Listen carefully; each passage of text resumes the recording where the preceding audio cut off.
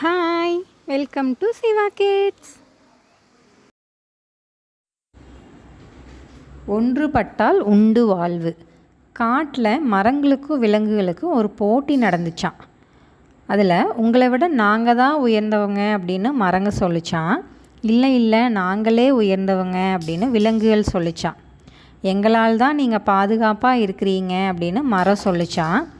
யார் உயர்ந்தவர் என ஒரு போட்டி வைப்போமா அப்படின்னு 2 பேரும் பேசிட்டாங்க. என்ன போட்டி சொல்லுங்கள், அந்த போட்டியில் கலந்துக்கலாம் அப்படின்னு சொல்லி எல்லா மிருகங்களும் மரங்களும் சொன்னாங்களாம். 1 மாதம் நீங்கள் இந்த காட்டுக்கு வெளியே வாழ வேண்டும் அப்படின்னு சொல்லி மரம் சொல்லிச்சா. சரி, ஏற்றுக்குறோம் அப்படின்னு சொல்லிட்டு விலங்குகள் எல்லாம் சேர்ந்து என்ன பண்ணிச்சான், எல்லா விலங்குகளும் பாலைவனம் நோக்கி போயிட்டாங்களாம். மரங்கள் இல்லாமல் குளிர்ச்சியே இல்லை, ஒரே வெப்பமாக இருக்குதே அப்படின்னு மான் ரொம்ப கவலைப்பட்டுச்சான். எனக்கும் எந்த உணவும் கிடைக்கல அப்படின்னு முயலும் ரொம்ப கவலைப்பட்டுச்சான். திடீர்னு ஒரு நாள் வேட்டைக்காரங்க விலங்குகளை வேட்டையாடி தூக்கி சென்றனர். மீதி விலங்குகள் ஒன்று கூடின.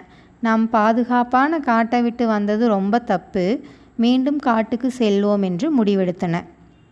விலங்குகள் இல்லாத நேரத்தில் காட்டுக்குள்ளே என்ன நடந்துச்சு? காட்டுக்குள் புகுந்த மனிதர்கள் மரங்களை வெட்டி எடுத்து சென்றனர். மரங்க சொல்லிச்சான், விலங்குகள் எல்லாம் காட்டுக்குள்ளே போனதுக்கப்புறம் நீங்கள் இல்லாத போது எங்கள் நண்பர்கள் சிலரை மனிதர்கள் வெட்டி எடுத்து சென்று விட்டனர் அப்படின்னு மரம் சொல்லிச்சான்.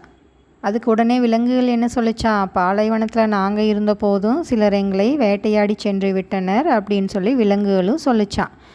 எங்களுக்கு உணவு, தண்ணீர், பாதுகாப்பு எல்லாமே இந்த காட்டில் தான் கிடைக்கிது அப்படின்னு சொல்லி மிருகங்களும் மரங்களும் பேசிக்கிட்டன.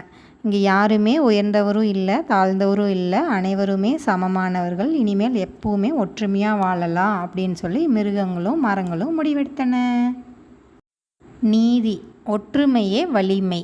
எப்பவுமே ஒற்றுமையாக இருக்கணும். Subscribe my channel, click bell icon and like button. Thank you for watching.